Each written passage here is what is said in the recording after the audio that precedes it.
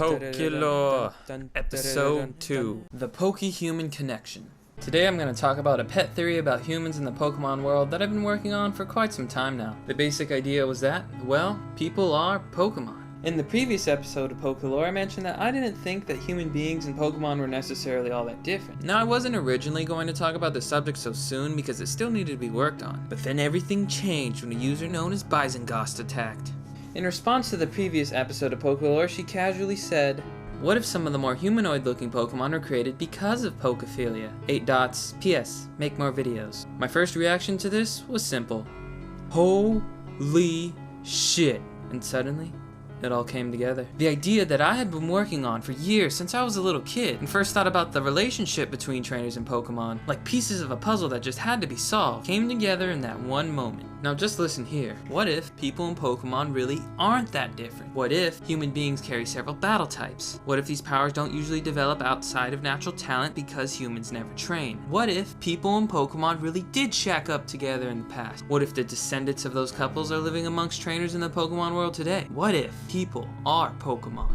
Or at least genetically related. But to really understand this theory, we need to start at the beginning. Pokemon in the Pokemon world are divided into several battle types, based on their abilities. We have bugs that are bug type, water-based creatures that are water type, and at times we've got creatures that are several types. As a kid, I thought to myself, look at Sabrina, isn't that psychic type? Look at the karate dude, isn't that fighting type? I figured that humans were all just level 0, 1, or 5 or whatever and just never trained. That would explain why people were weak, but that was just some wild speculation. It wouldn't be until years later that a surprising amount of circumstantial evidence came to light. Suddenly I realized it was everywhere. People who turned into Pokemon, Pokemon who turned into people, that Poke Kid, that Poke Freak, people who wanted to become Pokemon, as if remembering some older time from the past, that Latios from the Pokemon movie that may or may not have kissed Ash, Cinefolk Story 3, humanoid Pokemon descendants. How deep did it go? How far would the rabbit hole take us? The thoughts just came rushing into my mind and suddenly everything was clear. Try to keep up. Let's assume that human beings are at least seemingly and mainly psychic and fighting type.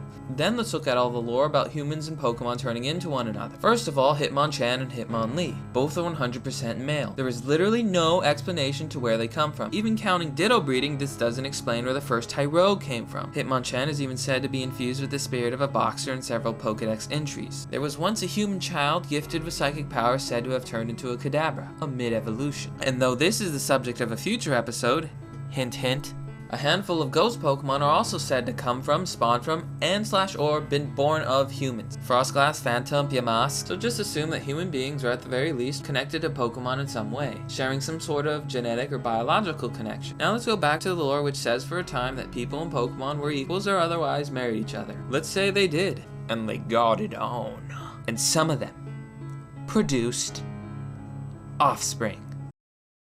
Look at the vast majority of human-looking Pokemon. What do they all have in common? You guessed it, psychic and fighting type. One of the 15 egg groups is actually called human-like, or human-shaped. As of Gen 6, around 50 known Pokemon reside on this list. And guess what? We even have a few familiar faces. Kadabra, Hitmonchan, etc.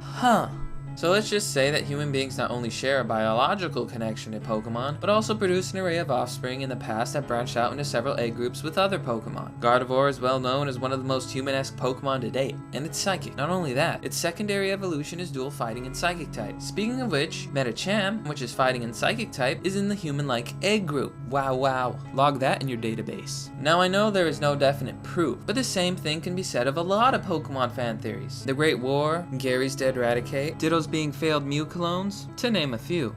And like many of those theories, the more you think about it, the more they seem to make sense.